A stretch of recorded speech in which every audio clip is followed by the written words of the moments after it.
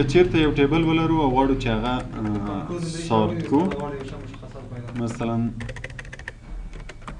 دا یو ټیبل ده، زه به پروینس هم ورکړم، علي ولي احمد خان، همدغه به تکراري کړو چې یو څو دانې شي.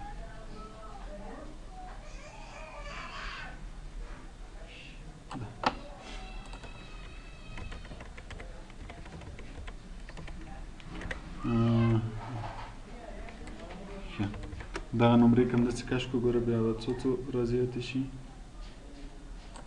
وینې ګوره څلور څلوېښت څور باندې مونږ اضافه نشته کړې وې، پنځه پنځوس شپږ شپېته که نه، نور چې م کش کړه څنګه شو؟ لاس اضافه خپله وینې راغلي. بیا اوس مثلا دلته ګوره دوه ویشت درې دېرش څلور څلوېښت، که دا هم داسې کش کړو څه به وشي؟ لاس به ګوره خپله اضافه شي. صحیح ده؟ خو هسې به یې نه کوو، دغه به تکراري کړو، تر دغه ځای پورې به تکراري کړو چې تکراري راشي.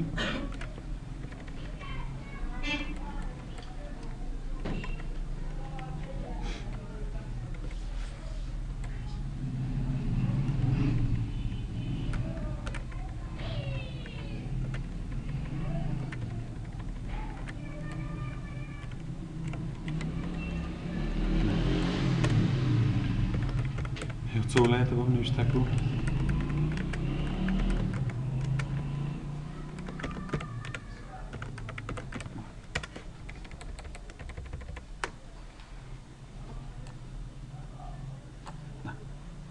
داسې یو ټیبل لرو، مثلا د کارمندانو لیسته، د شاګردانو لیسته، دا غواړو چې منظم کړو. د منظم کولو فایده څه شی ده؟ فایده به دا وي چې یو خو به لیست ډېر ښه په ترتیب وي، بل به د یو نوم پیدا کول پکې ډېر اسانه وي. مثلا یو نوم نوشته، مثلا خان پیدا کوئ، له کوم حرف نه شروع ده؟ له کې نه، نو ته به راسن کوم لیست ته ځې؟ د کې لیست ته ځې، همالته به پیدا کوې. یو نوم به ډېر په اسانه سره پیدا کېږي. پوه شوه؟ او وخت به نه ضایع کېږي. نو اوس ګوره دا ټیبل ما انتخاب کړی، غواړم چې دا سورت کړمه، دلته راځئ او سورت کړئ. ګوره دې کې مونږ یو سورت A to Z لرو.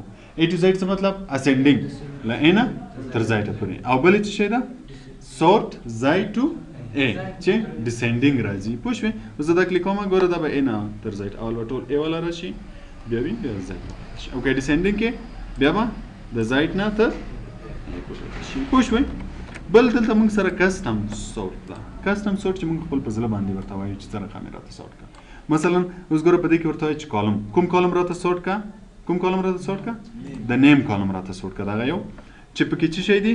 ویلیوز دی، یعنی خط ده پکې، ټیکسټ ده، نمبر ده، دا شیان دي پکې، یا رنګ ده پکې، یا فاونټ کلر ده، یا څه شی ده. نو زه ورته وایم چې ویلیوز دی پکې. څرنګه مې راته سورت کا؟ A to Z، Z to A، اسینډینګ او ډسینډینګ، هر شی چې ورته وایم. نو زه ورته وایم چې اسینډینګ A to Z. اوکې، ګوره دا سورت شو. اوس مونږ کولی شو چې یو ټیبل څو لیوله سورت کړو. ګوره دلته مونږ څه شی لرو؟ 8 لیول. چې زه غواړم چې دا ټیبل 2 وارې سورت کړم، 3 وارې سورت کړم. یعنې څرنګه، یعنې اوس ګوره ما اول کالم کې مې کوم کالم سورت کړی ده؟ نیم مې سورت کړی. وروسته زه ورته وایم چې ما ته ورډ هم سورت کړه، ایکسل هم راته سورت کړه، پروینس هم راته سورت کړه. نو بیا به څه ورته وایي؟ دلته به راځئ 8 لیول به کلیک کوئ. اوس ورته وایم دین بای څه شی راته سورت کړه؟ ورډ راته سورت کړه. ورډ کې هم ویلیوز دي. څرنګه مې کړه؟ سمالېسټ ټو لارجسټ، له واړه نه تر غټه پورې، او لارجسټ ټو سمالېسټ، له غټ نه تر وړ. که چېرته سمالېسټ ټو لارجسټ وي، اول وړ عددونه راځي، بیا غټ عددونه راځي. او که لارجسټ ټو سمالېسټ وي، بیا اول غټ عددونه بیا وړ عددونه. اوس دلته که چېرته زه سمالېسټ ټو لارجسټ ټو وایم، ګوره یو شی ته به مو پام وي چې مونږ په ورډ کې مو ویلي وه چې که چېرته زه دا کالم ترتیب کوم، دا کالم به څنګه کېږي. مثلا اوس ګوره دلته ولي څو نمرې لري؟ اته اتیا نمرې لري. او دا علي څو نمرې لري؟ څلور څلوېښت. نو که چېرته دغه اتیا بره لاړ شي او دا څلور څلوېښت لاندې راشي، نو ګوره د دې خلکو نمرې خرابېږي که نه خرابېږي؟ که چېرته مکمل ولي بره لاړ شي او علي لاندې راشي، بیا خو د دې نیم سورت خرابېږي که نه؟ نو بیا به څنګه کېږي؟ نو بیا چې دا کله چې مونږ دا یو کالم سورت کړی وي او بل کالم سورت کوو، بیا هغه وخت یې سورت کوي چې امکان وي. یعنې که چېرته مونږ دلته ډوپلیکیټ ولرو، لکه اوس چې لرو، څو دانې احمد لرو؟ 15 دانې احمد لرو. ګوره دغه نمرې کمې دي، د دې نمرې زیاتې دي. که چېرته دغه احمد لاندې راشي او دغه احمد بره لاړ شي، په لیست کې خو څه تفاوت نه راځي که نه؟ او دا هم ورسره سورت کېږي. ګوره دا به اول دغه احمد به ټول بره لاړ شي دغه احمد به ټول لاندې راشي نو هم به دا ساټ شي هم به دا ساټ شي بیا دغه رقم که چېرته ډوپلیکیټ دلته و یو قسم نومونه و دا ساټ کوي که نه وه بیا نه ساټ کوي نو زه عادي اوس ته ورته وایم ګوره ساټ کوي وینې دا څلور څلوېښت شپږ شپېته بره لاړو او دا بل لاندې راغی دا هم همداسې ساټ کړه دا هم همداسې ساټ کړه او دا هم همداسې ساټ کړه اوس که ورته وایم چې بل لیول یې راته ساټ کړه ګوره کسټم ایډ لیول بیرته ډیلیټ یې کلیک کړه ډیلیټ به شي دې نه وروسته به یې ور واچوم ګوره زه وایم چې څه شی هم راته ساټ کړه ایکسل هم راته ساټ کړه سمالېسټ ټو لارجېسټ اوس به دا څه وخت ساټ کېږي اوس هغه وخت ساټ کېږي چې دلته هم یو قسم وي دلته هم یو قسم وي بعد له هغه به دا ساټ کېږي اوس مثلا څوک یو قسم شته شپږ شپېته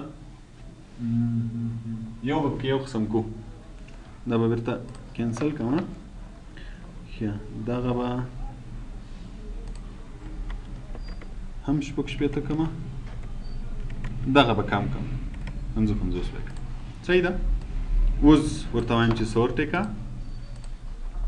او یو لیول بل ور واچوه ایکسل سمالېسټ ټو لارجېسټ اوس وګوره دلته احمد څو نمرې دي شپږ شپېته دا احمد هم څو دي شپږ شپېته خو دلته د دې نمرې 55 دي او دا یې څو دي شپږ شپېته که چېرته دغه احمد بره لاړ شي او دغه لاندې راشي څه تغییر خو نه راځي که نه نو په دې حالت کې ګوره چې دا م یو شی وي دا م یو شی وي بیا دا ساټ کېږي که یو شی نه وي بیا نه ساټ کېږي اوس به ګوره صرف دا دوه به ساټ شي دا نور نه ساټ کېږي پوه شوې نو اوس ورته وایم چې ایکسل اوکې که ګوره هغه دوه واوښته پام وشو دا نور هېڅ تغییر رانغی ولې تغییر رانغی په دې خاطر چې دلته ډوپلیکیټ نشته که چېرته دلته یو شی وي برابرې وي که نه دې ته سورټ وایي نو یو ټیبل کولی شي تر څو مرحلو پورې سورټ کړي پوه شوې هر سورټ کوم بیرته ته ایسته کوه کلیک یې کړه او ډیلیټ که غواړې چې اول دا شی اوس ګوره اول دا سورټ ده بیا دا ده بیا دا ده که غواړې چې کته پورته کړي له دې ځای نه یې کته پورته هم کولی شي بل مای ډیټا هیز هیډرز هیډر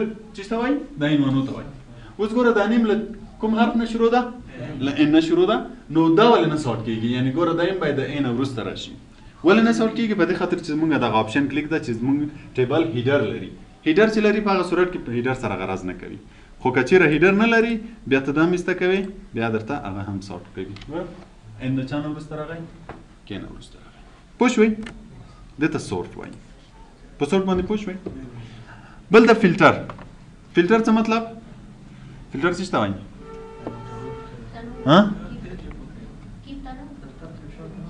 فلټر وظیفه څه ده څه ته وایي فلټر وای دا فلټر شوی اوبه دي امن سره جدا کول فلټر جدا کول دلته فلټر څه لپاره ده که غواړې چې جدا یې کړې مثلا زه ورته وایم چې کوم شاګردان چې د کابل دي ماته یې جدا کړه یا کوم شاګردان چې مثلا د وردګ دي ماته یې جدا کړه صرف هغه شاګردان راته وښایه چې د کوم ځای دي مثلا د لغمان دي نو ټیبل سلیکټ کړه دلته چې کلیک کړه فلټر فلټر چې کلیک یې ګوره دلته بټنونه پیدا کېږي یعنې ته اوس کولی چې هر کالم فلټر کې مثلا زه په دې کالم کې ګوره دا ځای کلیک کوم دلته ګوره ټول نومونه دي زه ورته وایم چې ټول نه راته ښیه صرف چې شی راته وښیه احمد اوکې که ګوره د احمد په نوم چې هر څو شاګردان وي ټول درته ښیي پوه شوئ ګوره ټول هغه شاګردان چې د احمد په نوم یا مثلا دلته ورته وایم چې علي هم ورسره وښیه اوکې که اوس به څوک څوک درته وښیي علي او احمد به درته وښیي یا ورته وایم چې نه ټول راته وښیه بیرته دا سلیکټ آل کلیک اوکې که ټول درته مثلا په ورډ کې ورته وایم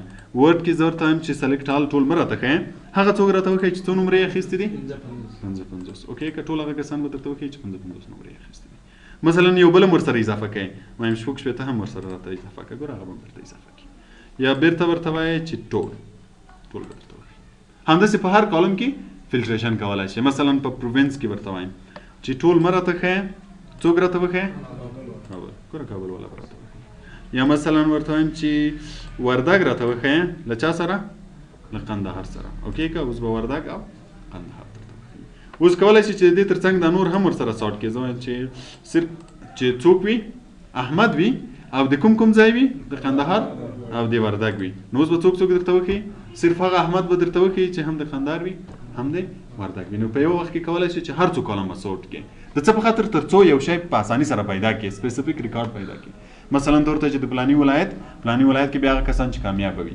په کامیابو کې بیا هغه کسان چې نمرې یې جګې وي پوه شوئ نو دغه شي ته فلټر وایي. که بیرته مو غوښتل چې ټول راشي فقط دلته ورته وایي چې کلیر فلټر فرام پروینس، او یا دا ټول کلیک کوي چې بیرته ټول راشي، او یا دا ورته وایي چې بیرته کلیر شي. مثلا ته ورته وایي چې دا دې کلیر شي، کلیر کړه دا بیرته کلیر شي. که بیرته ټول فلټر ختموي سلیکټ کا او له دې ځای نه فلټر بیرته دا شی ایسته کا، فلټر بټن به ایسته شي، او که بیرته کلیک کې بیا بیرته به راشي.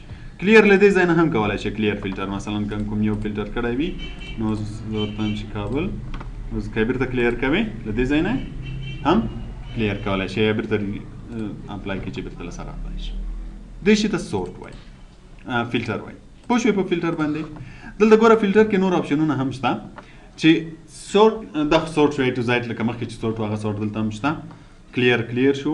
فلټر بای کلر، که چېرته زموږ ټیبل کلرونه هم ولري د کلر په ذریعه هم ته چې صرف سور رنګ والا راته جدا کړه، سور رنګ والا درته جدا کړي. او یا دلته ګوره خپله ورته هغه ورکولی شي. اوس ګوره ته ورته وایې چې ایکوال مساوي دي وي، څوک دې له چا سره مساوي وي، مثلا ته ورته وایې چې چا سره دې مساوي، احمد سره. اوکې که ګوره سور به څوک درته وښي، احمد به درته وښي.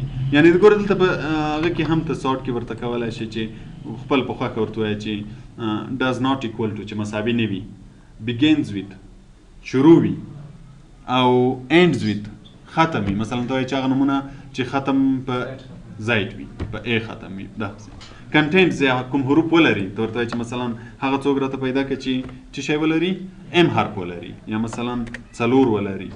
اوکې که هغه به درته فلټر کړي، دې ته کنټینټس وایي. او بل په دې ځای کې دا ډو ناٹ کنټینټ چې ونه لري، مثلا زه ورته وایم چې څلور څلوېښت پکې نه وي، هغه ټول راته جدا کړي، هماغه به ټول درته جدا کړي چې څلور څلوېښت پکې نه وي. دا فلټر په دې ځای کې نشته، چون ما دا ځای کلیک کړی و که نه، هر کالم چې کلیک کړي هماغه کالم فلټر کوي. اوس ګوره دلته ورته وایم چې